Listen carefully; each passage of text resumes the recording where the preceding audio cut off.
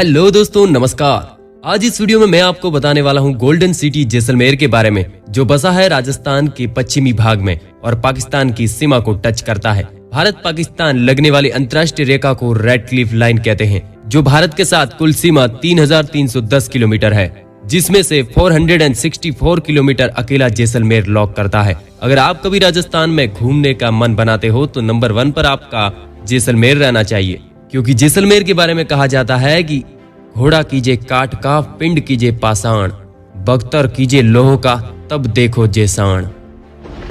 तो दोस्तों, जैसलमेर ने हमें दिया है परमाणु परीक्षण, जिससे भारत को विश्व में परमाणु शक्ति के रूप में नई पहचान मिली थी।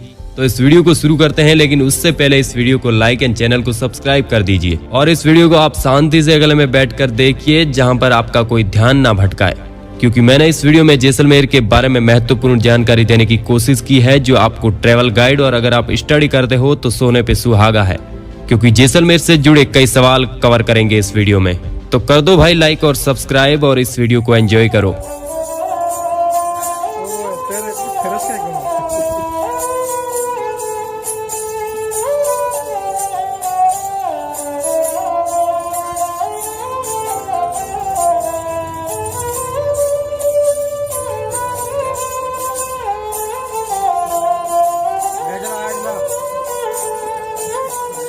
सबसे पहले बात करते हैं जैसलमेर के क्षेत्रफल के बारे में।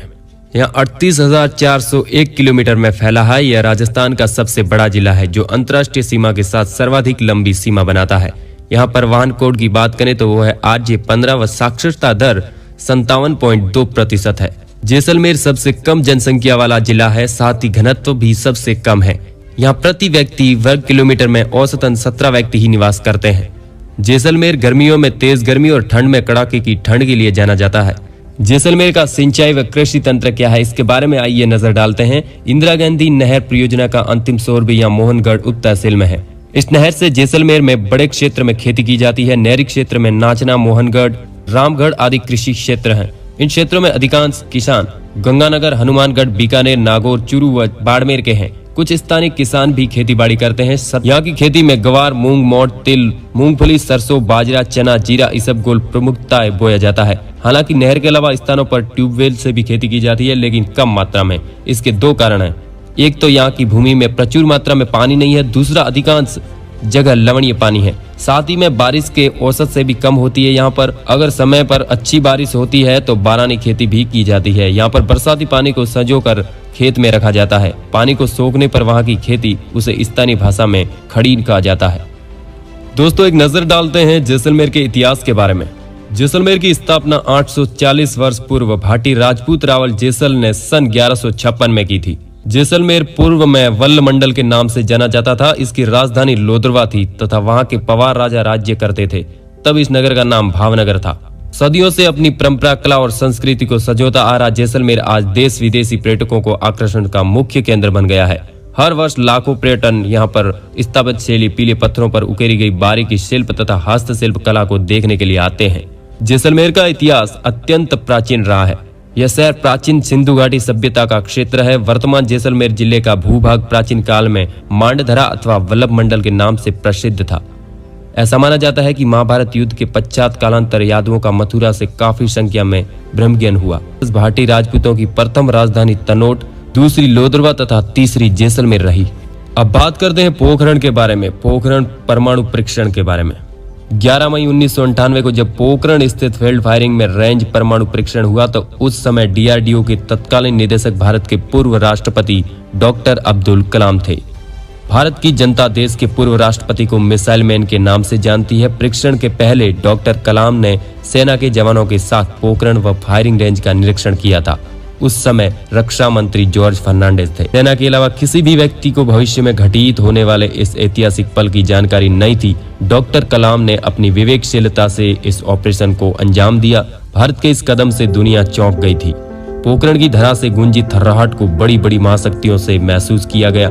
जैसे ही डॉक्टर कलाम के नेतृत्व में राजस्थान की इस वीर प्रसुत्ता धरती पर परमाणु परीक्षण किया गया, उस चंद घंटों के बाद राष्ट्रपति को सेना के अधिकारियों से मीडिया से रूबरू हुए थे। उस दौरान डॉक्टर कलाम ने परमाणु परीक्षण के साथ साथ पोखरण व खेतलाई गांव में एक नहीं कई बार आने का भी जिक्र किया था। उन्होंने उस समय कहा था कि इंसान की पहचान साधारण रूप में अधिक होती है, न कि पद प्रतिष्ठा से। परीक्षण के समय देश के प्रधानमंत्री अटल बिहारी वाजपेयी थे। उन्होंने परमाणु परीक्षण के देश के लिए गौरवान्वित बताकर लोगों का आभार व्यक्त किया था। अभी बात करते हैं जैसलमेर के पर्यटन स्थलों के बारे में। सबसे पहले हम बात करेंगे सोनार का किला, जो जैसलमेर का किला के नाम से जाना जाता है। इसका निर्माण राजपूत शासक जैसल ने 1156 ईस्वी में करवाया था। ये दुनिया का सबसे बड़े किलों में शुमार है। सुनहरे और पीले रंग के मिश्रित बलुआ पत्थर के किले को जादुई रूप प्रदान करता है। राजस्थानी वास्तुकला के जादू को प्रदर्शित करने वाला किला लंबा और गौरवान्वित। फिर आता है बड़ा बाग, विशाल बगीचा। महाराणा जैत सिंह के काल में इसका निर्माण किया गया था। वैसे तो जैसलमेर में बहुत सारी जगह है घूमने के लिए, लेकिन कुछ जगह इम्पोर्टेंट है, उन्हीं के बारे में हम आपको बता रहे हैं। दोस्तों, तीसरे नंबर पर है पटवों की हवेली। पटवों की हवेली मुख्य शहर में स्थित है। इसे गुमान चंद के नाम से एक प्रसिद्ध व्यापारी और उनके पुत्रों ने बनाया था। इस विशाल 5 मंजिला निर्माण में 5 जटिल रूप से सजाए गए विशाल स्वीट है। बड़े गलियारे और सजी हुई दीवारों पर इस कला का रूप उत्कृष्ट प्रतिनिधित्व करती है, जो प्रचलित थी। पूरा निर्माण पीले बलुआ पत्थर से बना है। स्मारक की भव्यता और वास्तुकला शहर की सांस्कृतिक विरासत में अत्यधिक मूल्य को जोड़ती है। फिर दोस्तों आता है सैम सैंड ड्यून्स। यहाँ पर आपको बहुत मजा आने वाला है। रेगिस्तान का अनुभव करने के लिए आपको डेजर्ट सफारी करने की आवश्यकता है। Sam sand dunes desert safari के लिए आदर्श स्थान है। को ऊंट की पीठ पर सफारी पसंद आएगी, जो आपको जंगलों और कुंडों के साथ ले जाएगी और आप रेगिस्तान पर सुरमय सूर्यास्त देख सकते हैं। जीप सफारी भी उपलब्ध है। डेजर्ट फेस्टिवल फरवरी और मार्च के महीनों में आयोजित किया जाता है, तो घूमने के लिए इस समय आपके लिए सबसे बेहतरीन माना जाएगा।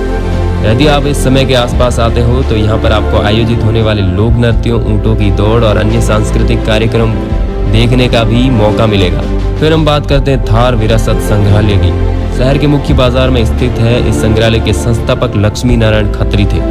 संग्रहालय आपको प्रसिद्ध थार रेगिस्तान का इतिहास, सांस्कृतिक कला और वास्तुकला प्रस्तुत करता है। फिर बात करते हैं हम गढ़ीसर झील के बारे में। शांति से बैठिए गढ़ीसर झील के किनारे। किले से 1 किलोमीटर दूर गढ़ीसर झील स्थित है। इसका निर्माण भूमि के पहले शासक रावल राजा जैसल द्वारा किया गया था।